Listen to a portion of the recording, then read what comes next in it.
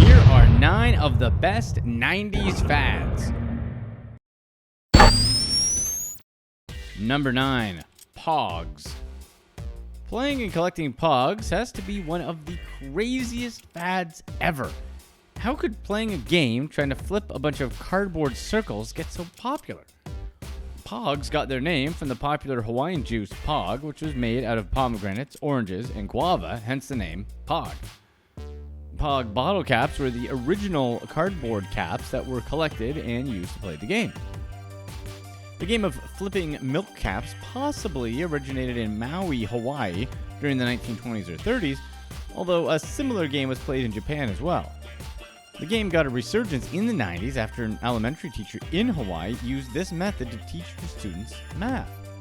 Next thing you know, Pogs were everywhere, with big corporations such as Coca-Cola and McDonald's doing Pog giveaways. The Pog mania even got to the Roman Catholic Church. The church ordered 50,000 Pogs with the Pope's face on them when he was visiting New Jersey in 1995. However, the US military actually found a practical use for Pogs. Pogs were designated for use as Army currency with the aim of cutting down on the weight of shipping heavy nickels and dimes overseas. The official name of Pog gift certificates, Army Pogs, were released in 5, 10, and 25-cent denominations and are still used to this day to buy items from Army and Air Force exchange stores worldwide. Number 8, Tamagotchi. Remember when you were a little kid and you wanted a puppy or maybe just a cat, but your parents wouldn't let you have one?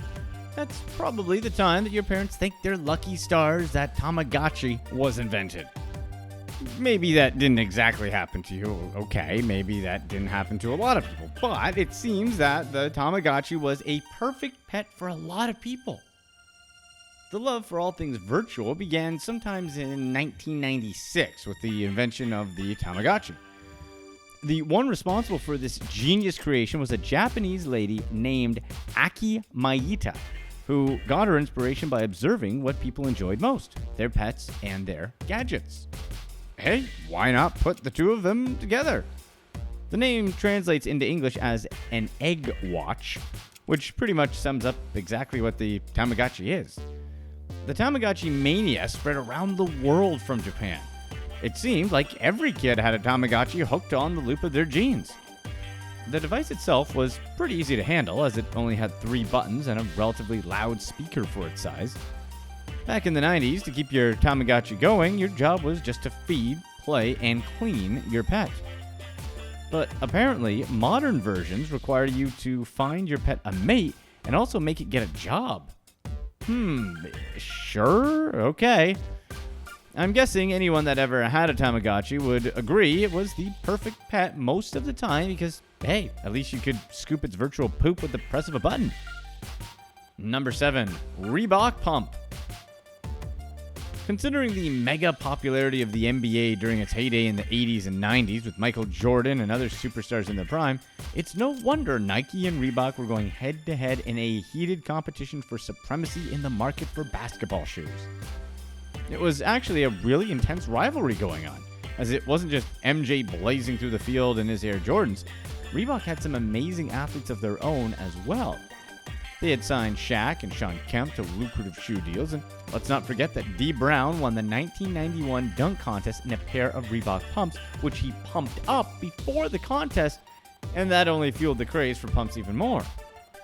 Unfortunately, you know how this story is going to go for Reebok and the pumps, or else it wouldn't have made this list. The Reebok pump was born when Reebok designer Paul Litchfield knew Reebok needed technology that competed with Nike's visible air pockets.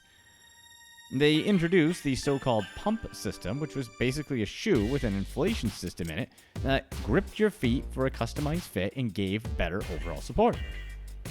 To be honest, kids couldn't care less about the fit, nor did they really care much about support for the shoe. All they cared about was pumping air into their sneakers, or even better, letting the air out. Who's better customers than a bunch of kids who'd do anything to be the coolest in school with a pair of Reebok pumps? Basically, the Reebok pump became the official status shoe for kids, so having those meant you'd be wowing your classmates on the school playground. The shoes were selling for a whopping $170 at the time, or what would be $330 in 2017 dollars. Yeah, it's no wonder I wasn't wearing a pair when I was growing up. Number 6, Beanie Babies and Furby. Good corporations always have the knack of knowing what people want before they even know it. For example, why buy regular teddy bears when you can buy some weird-looking understuffed dolls that make suburban housewives go crazy? Beanie Babies started getting popular in late 1993 just for the plain reason of being cute, cheap, and collectible. Beanie Babies were intentionally made to look deflated with their special beanie filling, which apparently was done to make the stuffed animal appear more real. Sales for Beanie Babies actually started extremely poor, to the point that stores told the manufacturer that they'd only buy 6 at a time instead of the minimum order of 12 on order forms. Somehow, some way, with the help of bored suburban Illinois moms trying to complete Beanie Baby sets, more than 100 million Beanie Babies were sold by 1996. People literally were fighting over Beanie Babies in stores.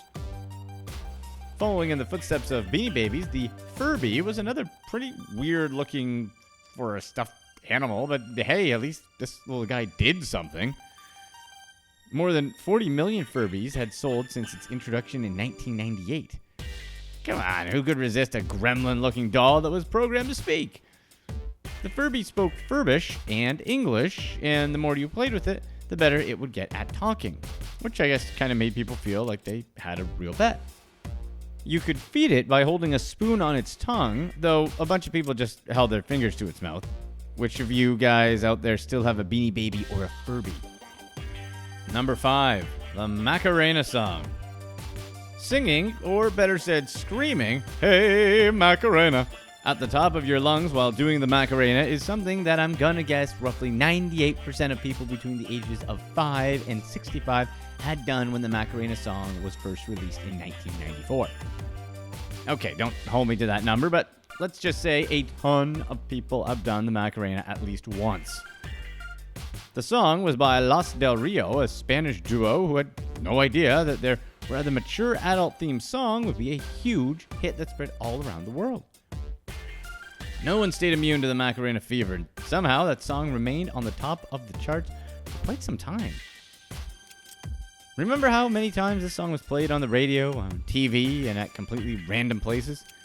It's a good thing that ignorance is bliss. I'm guessing that not many people back then were aware what the Spanish duo was actually singing about, since no one bothered to read the translation of the lyrics. The Macarena is the name of a woman, and they're singing about how she cheats on her boyfriend while she's being deployed in the army. Yeah. Number 4, fanny packs. Who can forget how many people rocked a fanny pack? Fanny packs were an all-time favorite of all the dads in the 90s who mostly rocked fanny packs with a pair of shorts. Okay, really, or with anything else. Who can forget The Rock and his famous picture of his turtleneck and fanny pack? Fanny packs are actually kind of making a fashion comeback right now, but it seems that only certain people can pull it off. For all of you too young to have forgotten such a top moment in fashion history, fanny packs were the thing to wear around your waist if you wanted to be cool. The 90s equivalent of rocking a fidget spinner and a vape today was wearing Reebok pumps and a fanny pack. Obviously, fanny packs are extremely practical. How else can you haul all of the necessary things with you back in the 90s while keeping your hands free? There were many different ways of wearing them, just like you would a hat. Only the coolest of people could wear a fanny pack to the side, or even backwards, while the rest of us in the world had to wear their fanny packs toward the front. Joe Rogan actually still rocks a fanny pack to this very day. And you know what? Joe Rogan definitely seems like the type of dude who can pull it off. Number 3, ramen noodle hair and frosted tips. Remember when Justin Timberlake was a part of NSYNC and he had that ramen noodle hair and a few of the dudes from Backstreet Boys had the frosted tips? Eminem also had the bleached hair look as well. It seemed like half the dudes at my school had their hair dyed in some way.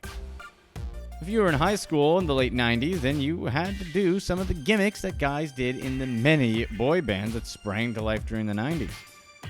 Getting a girl's attention a lot of times meant that you had to either look like or could be the member of a boy band or a grunge band such as Nirvana. Strangely enough, bleaching hair was one of the most popular tricks for the former during the 90s. We also have to remember that using a pound of gel back then to perfect the ramen noodle look was the norm. For most things, a little goes a long way, but this definitely wasn't the rule back then when it came to using gel. Making sure your hair didn't move an inch while your hair made the crunchy noise if you touched it meant that you were doing things the right way back then. Number 2, pagers.